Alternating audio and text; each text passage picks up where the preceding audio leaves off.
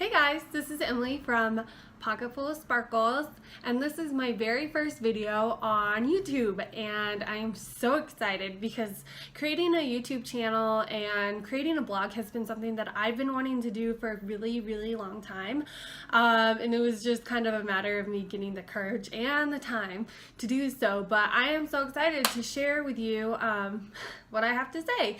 And the reason why I wanted to basically get an online presence is because I've learned so much by just living life, and I love teaching people and helping people, and I hope that my content is not only inspiring, but I also hope that it is helpful and you learn things that you never knew before. So thanks for joining me, and let's get into the video.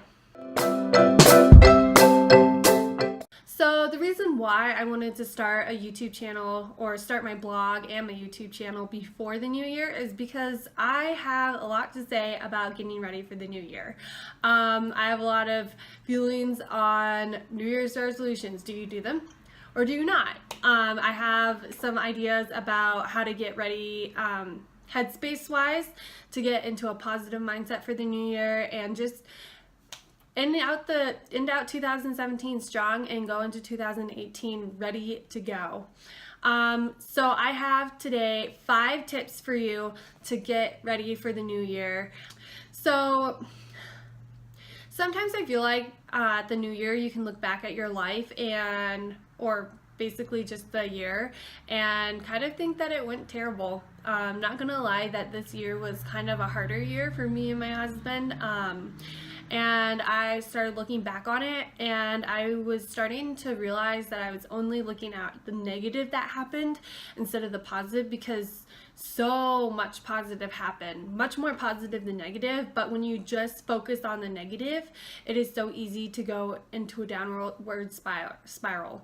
So that brings me to my first thing, is do a huge gratitude journal, log, whatever you want to call it. Basically start from January and go all the way through the whole entire year and write down things that you're thankful for, memories that you really liked, things that happened that you're just grateful for. I went and did this and started and looked at my calendar to help remind me what I actually did this year. And so I went through and wrote it down, and by the time I was done, I felt so much better, and I could just see how God's hand had been in my life this whole year, and it just puts you in a much more positive headspace to go into the new year. And then my next thing is to create a word of the year. Come up with one word that you're going to focus on for the whole entire year. So my word for 2017 was content, because I realized that I would look at somebody else's life or several people's lives and then compare myself and be like, well, I want what she has, or those people have a dog and I want a dog, or they have a bigger living space, or they live in an area of town that I want to live in. So I just felt like at the beginning of this year, I was really uncontent of what I had in my life. And so picking that word and constantly living life with that in mind really helped me get out of that negative mindset. And it can be any word. It could be workout. Like maybe you want to be more consistent about working out throughout the whole entire year, or maybe it could be housemaking. So maybe you want to be more on top of your housemaking chores, like laundry, cleaning, that kind of stuff. It can really be whatever you want. And it's been so beneficial in my life. And I'm really looking forward to choosing my word for next year. The third thing that I would recommend is give yourself grace. So like I said, I was kind of disappointed about all the stuff that I didn't finish this year or didn't do well, and it's okay. Like sometimes you just have to give yourself grace, and like, yeah, maybe you wanted to run a marathon this year and you didn't do it, but I bet that you ran more because of setting that goal than you would have if you hadn't set that goal. And maybe make that goal next year. And plus, like, things come up, like you can't plan on some things and they set your goals back, but the important thing to know is it's okay. Things happen. your life circumstances change, and it's okay. So give yourself grace and go on from there stronger and ready to hit up your next goal or continue on the goal that you're working on this year. The fourth thing, which I think is one of the most important things to do, is to purge and donate. So you receive so much stuff over there. You just collect it. You've been keeping it since middle school, but it's time to just give it away. You're getting a bunch of stuff for Christmas and you need more room, and other people need your stuff probably more than you do. So go through your house or your apartment and pick out things that you no longer need or use, or something that you got to replace that specific item, and give it away. This can be done after Christmas, or it can be done before Christmas. I did mine actually before Christmas. I have a bag in the corner near my dining room table that I just keep there, and when I find stuff that I want to give away, I just put it in that bag, and then once that bag gets full, I just put it in my car trunk. So it's time to just take it to Goodwill and give it away. But it felt so good and so freeing when the guy took all of my stuff out of the trunk of my car and put it into the bin, and it just makes me happier when my space is cleaner. There's not as much to clean up. My closet's a lot more free, and it's just a good thing to do.